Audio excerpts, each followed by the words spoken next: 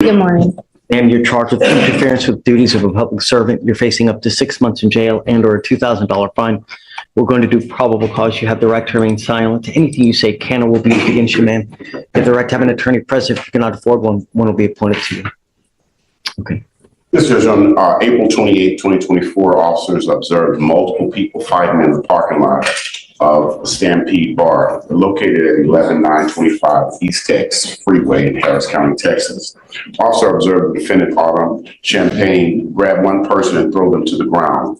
While officers attempted to separate them, the defendant turned around, swung her hand, knocking off the officer's radio, slightly pushed him back. The person thrown to the ground declined to prosecute and uncooperative.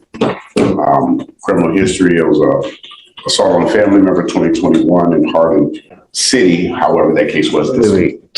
So how did she interfere? What did she do? Read it again, will you? Well, that's what I wrote. I can tell you the facts of the case. There was a fight. There was an officer there. He's in a parking lot. There was a fight that was ensued. He entered into the fight. The officer did. The officer entered into the fight as she and another person was fighting and was separated, I guess, in her attempt to swing on the other person that she was fighting with. The officer interfered and the blow landed on the officer's radio. Officer acknowledged that he was not harmed or injured. What? Your Honor. No. Did you hear about this on Champagne? I was talking about it. Oh, We'll defer to the court. yeah. All right, ma'am. I'm going to find no probable cause in your case. Be careful. You know, you get into a pissing match with officers. Who's going to win? Yeah. All right. So be careful. All right. Just hang tight and take a seat, Green. But I'll find no probable cause.